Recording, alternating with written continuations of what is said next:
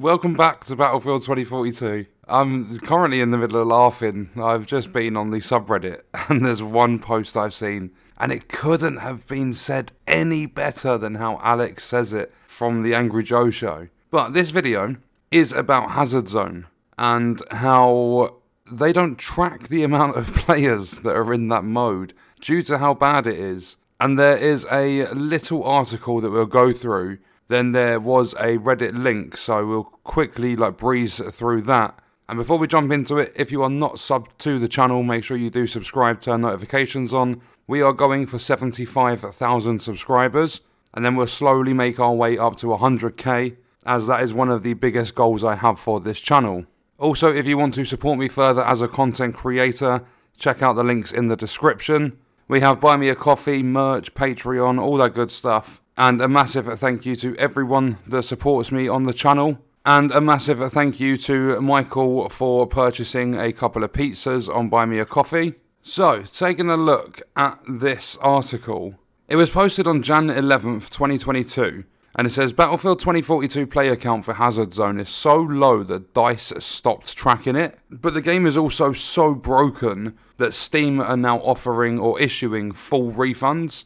And I just want to clear up quickly. It's not a guarantee to get a refund. I've seen people in the comments saying this video is misleading, I tried getting a refund, and then they explain that they've played over 100 hours of the game, and you're not going to be able to always get a refund for playing that amount of time. However, on the other end of the spectrum, I've spoken to people that have played 40 plus hours and they've managed to get a refund. So I think it's dependent on what you put in your refund request. So maybe you could say, if you've had the game for longer than 2 weeks, you could say you were on, vacation during the holidays. If you played a lot of hours, you could maybe add in that a lot of that time was spent changing the settings around to try and stop the game crashing and running at such a low frame rate. Things like that could help Steam decide whether or not to give you a full refund, but there are a lot of cases where they will not issue the refund. So it all depends, but my fingers are crossed for every single one of you that are trying to get a refund, and hopefully at one point, if it does carry on to be this bad, Xbox and PlayStation will open up refunds too. That's nowhere near a guarantee. The only game I've ever known them to do that with is Cyberpunk 2077. So it's just about seeing what happens as time goes on. But starting on this article, it's been almost 2 months since the release of 2042, and things are not looking good for the latest mainline game in the franchise. A prominent insider reports that due to the staggeringly low player count for the 2042 Hazard Zone game mode, developer DICE is no longer tracking its statistics internally. In fact, DICE hasn't been tracking the game mode past a week after the game launched back in November 2021. So when you're talking player counts, I don't think this game's even seen 3 figures, and that's since a week after the game launched. But it carries on to say, why is 2042's player count so low for Hazard Zone? It's the Battlefield franchise's take on the popular extraction genre, similar to games like Escape from Tarkov. I mean, it's kind of an insult to Escape from Tarkov to compare it to that, but I mean, it is kind of one of the only comparisons you can give it. Players drop into an area and must collect data caches whilst fighting AI enemies and other player squads. There's also a limited number of extraction points, which theoretically adds to the tension and competitive aspect of the game. However, I don't think it's the extraction genre or anything that's keeping players away. I think it's because the mode is so bare bones. And it says here, however, fans were quick to notice that the game mode offered little in the way of incentive. While players could use the collected data to buy weapons and gear for the next go-around, that was pretty much it. Players soon found that they had an excess of data to buy things, even if they hadn't successfully extracted. Worse yet, because 2042 still doesn't feature an in-game voice chat, fans were left confused as to how they were supposed to communicate with their teammates in such a team-based game mode.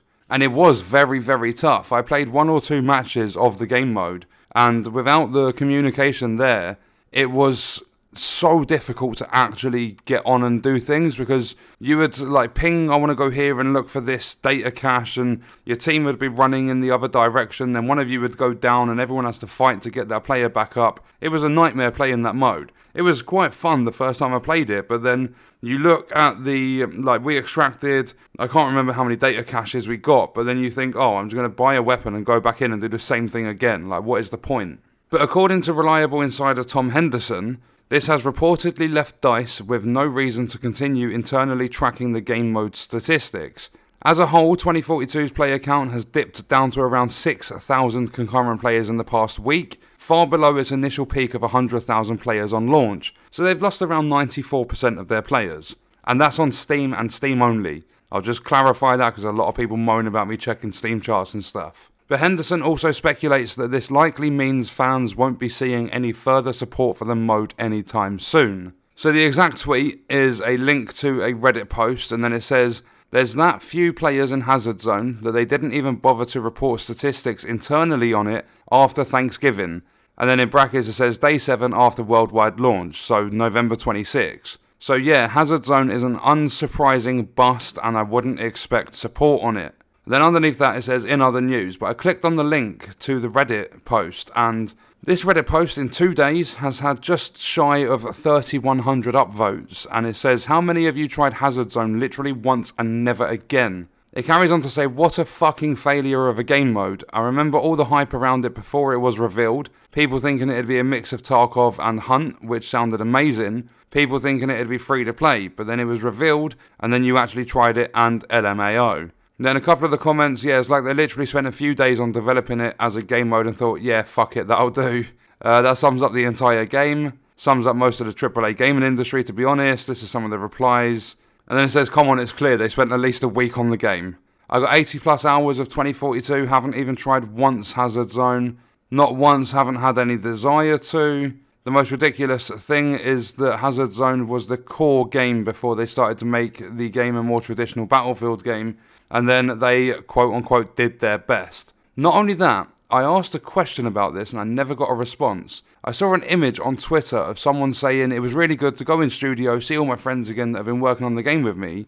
They got given like an award, it's like a framed disc, and it says, "For your awesome work on Battlefield 2042 made from home, 2019 to 2021. So I questioned and I said, "Is that how long you was working on the game specifically, or is that how long the game was in development?" Because a company can say we've been working on this game for 5 years, whereas 3 years could be pre-production, so they don't actually know what to do with the game, similar to what happened with Anthem, and then 2 years could be just straight up development, so it would be obvious that a game would be underdeveloped if it's only had 2 years.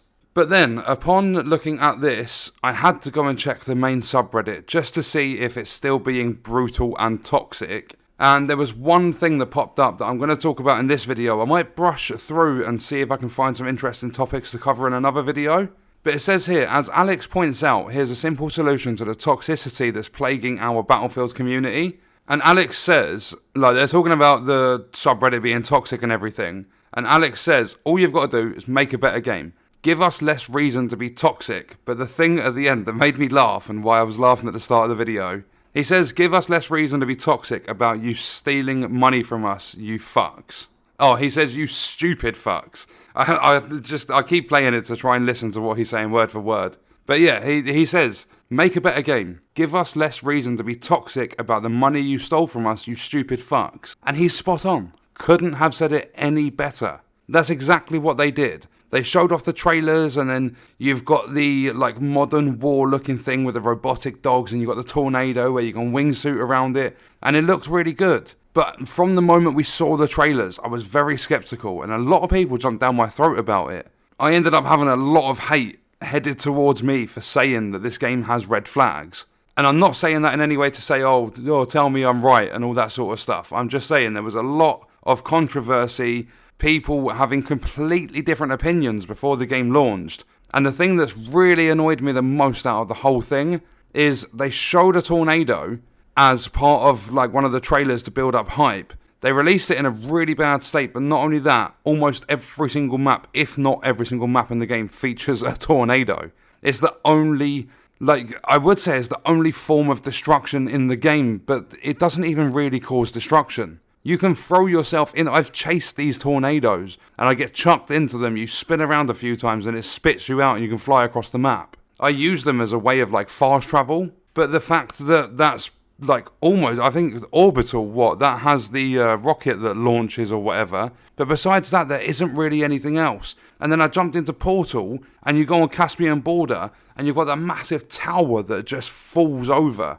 and there's a load of destruction and stuff. And I think it was, I'm pretty sure it was Battle of the Bulge, the 1942 conquest. If I remember correctly, I shot a tank shell aiming for someone running into a building, and part of the building falls down. That's the level of destruction they should have given us. But I'm not going to go into too much detail on all of that because this was to talk about Hazard Zone and it having such a low player count.